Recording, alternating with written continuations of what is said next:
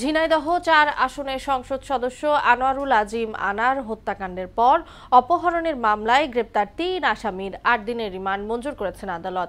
শুক্রবার দুপুরে তাদের আদালতে হাজির করে ১০ দিনের রিমান্ড চায় ডিবি পুলিশ। শুনানি শেষে ঢাকার মেট্রোপলিটন ম্যাজিস্ট্রেট দিলরুবা আফরোজ তিথি তাদের ৮ রিমান্ড মঞ্জুর করেন। অপহরণ মামলাটি পরবর্তীতে হত্যা মামলায় রূপান্তরিত হবে বলে সরকার পক্ষের আইনজীবী আব্দুস সাত্তার দুলাল বলেছেন। এমদাদুল হক খানের রিপোর্ট।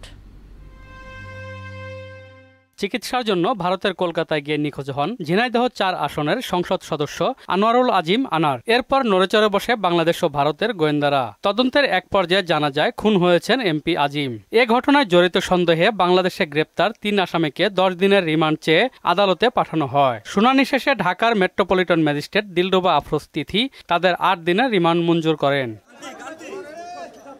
পরে সাংবাদিকদের বিভিন্ন প্রশ্নের উত্তর দেন ঢাকা মহানগর জেলা ও দায়রা জজ আদালতের পিপি অ্যাডভোকেট আব্দুল সাত্তার দুলাল। তিনি বলেন, অপহরণের মামলায় তাদের রিমান্ডে নেওয়া হয়েছে। আনোয়ার আজিমের মেয়ের অপহরণের মামলা করা ছিল, সেই অপহরণ মামলায় আজকে ৩ আসামিকে রিমান্ডের আবেদন করছেন। ১০ দিন করে রিমান্ড চেয়েছেন। প্রত্যেক আসামিকে ৮ দিন করে সতর্কতার সহিত হাইকোর্টের নির্দেশ মোতাবেক জিজ্ঞাসাবাদের জন্য আদেশ দিয়েছেন। তিনি বলেন, রিমান্ড আবেদনে এমপি আজিমের বন্ধু আখতারুজ্জামান শাহিনের পরিকল্পনায় গ্রেপ্তারকৃতরা অপহরণ ও হত্যাকাণ্ডে জড়িত থাকতে পারে বলে উল্লেখ করা হয়েছে।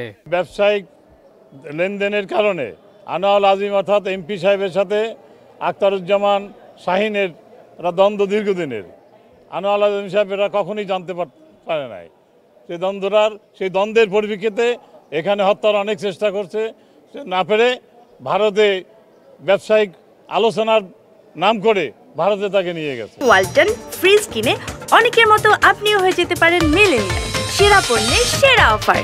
হত্যাকাণ্ড প্রমাণিত হওয়ার পর অপহরণ মামলাটি হত্যা মামলায় রূপান্তরিত হবে বলেও জানান পিপি দুলাল। সবকিছু যখন উন্মোচন হবে তখনই হত্যা মামলায় রূপান্তরিত। এমদাদুল হক খান, মহানগর সংবাদ, ঢাকা।